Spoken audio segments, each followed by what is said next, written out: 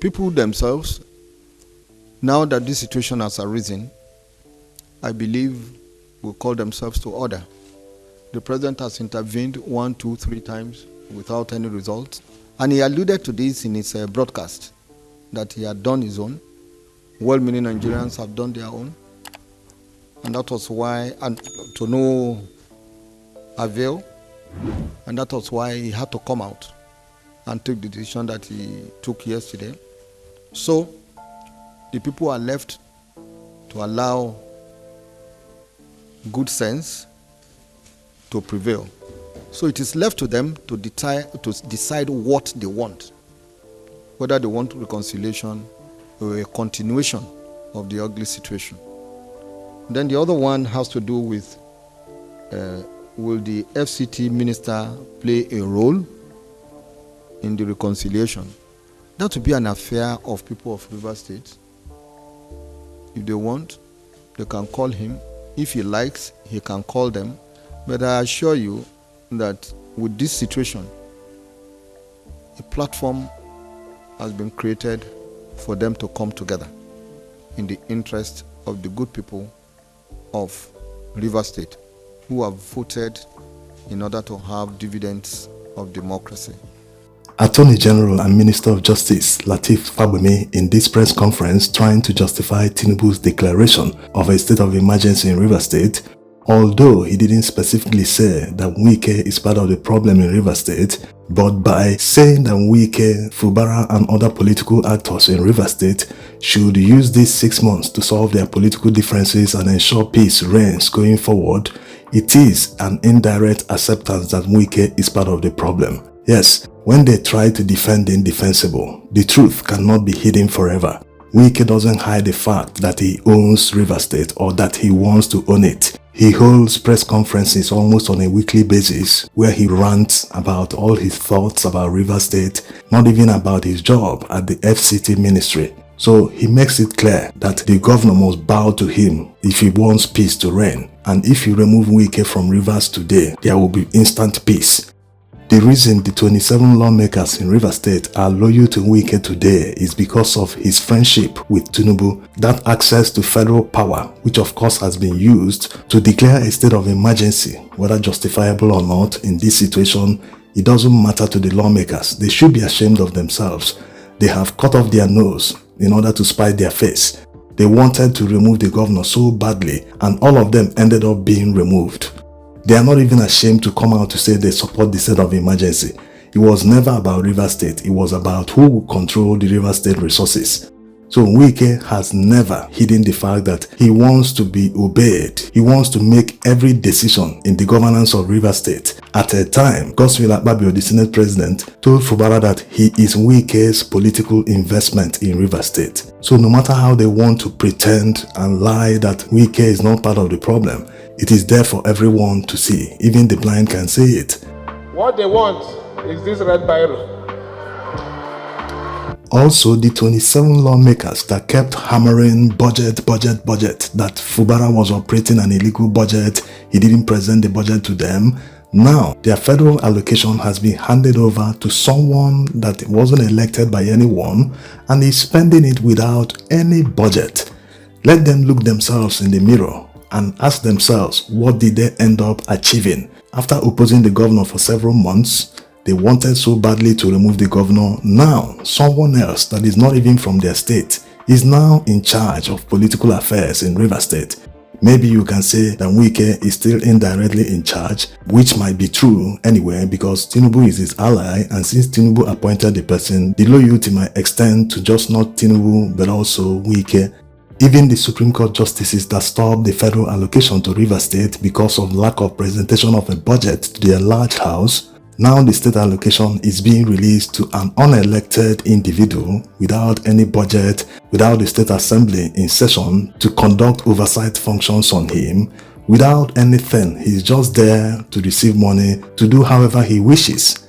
Look around Nigeria, in many states where governors ended their tenures in 2023 like Wike did. There is no other place there is political crisis except in Rivers State. And who is causing it? Wike. Like already said, if you remove Wike from Rivers State, everywhere will be calm in an instant. The 27 lawmakers will be forced to work with the governor. Since Wike will no longer have access to federal power, they will just focus and solve all their individual problems and work with the governor and start serving Rivers people. So instead of calling Wike to order, which would have solved the problem completely, they decided to use the nuclear option. They sacked everyone, which is unconstitutional by the way. Even if Fubara ceases to be the governor of Rivers State today, within a very short time, Wike will start having problems with his successor. That's how overbearing he is.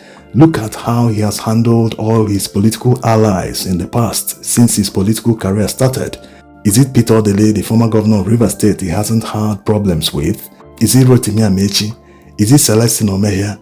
Is it Peter Odele's wife? Whoever, name them. He has always had political disagreements with all his political allies. So the only time peace will return to Rivers State as far as politics is concerned is when Wike loses access to federal power. Once he loses that access, no one will take him seriously anymore. All his rhetoric wouldn't have any impact because there's no backup. He can't commit all his impunities. He can't do anything. He will be virtually powerless without that access to federal power. Of course, you can understand why he rigged the election in 2023. It was to get access to the federal power. He used it to brag, I delivered Rivers State to APC. Even Tinubu couldn't deliver Lagos. Many other people in APC couldn't deliver their states. So with that bragging power, he got the access he wanted and is now using it to intimidate and get his way in Rivers State.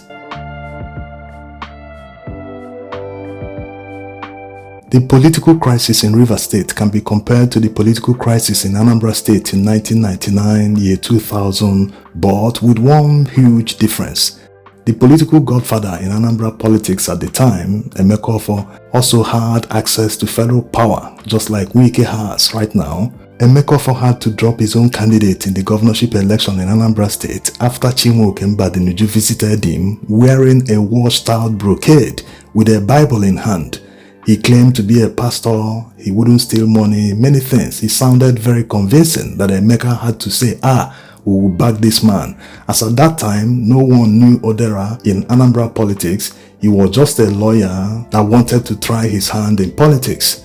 So at the end of the day, what caused the problem after he won the election was that he started surrounding himself with his cronies and allies. This was despite the fact that an agreement was made before the election. Positions were shared that this person would be the Commissioner for Health, Commissioner for Finance, Commissioner for this. All the people that work for the success of the party, they will get social positions. It was all agreed. But immediately Odera won the election, he started appointing all his cronies. So the political crisis started. They started fighting each other. The House of Assembly members broke into factions. Ones that are loyal to Emeka, they were lodged in a different hotel. The ones loyal to governor, they were lodged in a different hotel. Issues came up, budget, many issues. But at a time, Emeka had to give up. Why? Not that Odera was winning, but Emeka did it because many people started saying that he wants to control the treasury of Anambra State. So based on that, he said no, that he's not interested in the treasury of Anambra State, that he only wants good governance for Anambra people. In fact, he even went ahead to declare how much he was worth as at that time, maybe around $3 or $4 billion he presented in a meeting with Anambra people. So the reason he withdrew was based on integrity. It was based on the fact that, hey, I'm too big for this. How can I be fighting this man when the entire budget of Anambra State for 1 year or 2 years, even the entire tenure, 4-year tenure of Odera, that I'm worth more than that. Also remember that while the political crisis lasted in Anambra at the time, he was using his personal money to fund all political activities against the governor. So he had to withdraw just based on integrity, his personal convictions that people were now saying that he's after the governor just because he wants to control the treasury of Anambra State. Compare that to what is happening in Rivers State today. Before Wike started his political career, it's not clear if he was worth up to 10 million naira at the time. That's before the Fourth Republic, before he became the chairman of Obiakpo local government area. So he has been a political jobber who had no life outside politics, unlike Emeka, who already made his money, millions or billions of dollars. So he was just interested in politics because of his love for his people. He wanted to deliver good governance to Anambra people, but he failed because the person disguised himself as a pastor, as a nice person. No one knew his real character. So these are the differences. Until they call Wike to order. Of course, they wouldn't do that. Maybe he's already planning the mayhem he will cause in Rivers State in 2027 to deliver Tinubu and APC. The only time they will call him to order is when they no longer have any use for him. And that time will be the time Wike might fight Tinubu. There's no other person he hasn't fought throughout his political career. Yes, all the people that helped him climb up, even Goodluck Jonathan, the former president, even Goodluck Jonathan's wife, Wike have fought all of them. So it won't be a surprise, like many have predicted in the past, that a day would come when Wike might fight Tinubu. Thanks for watching.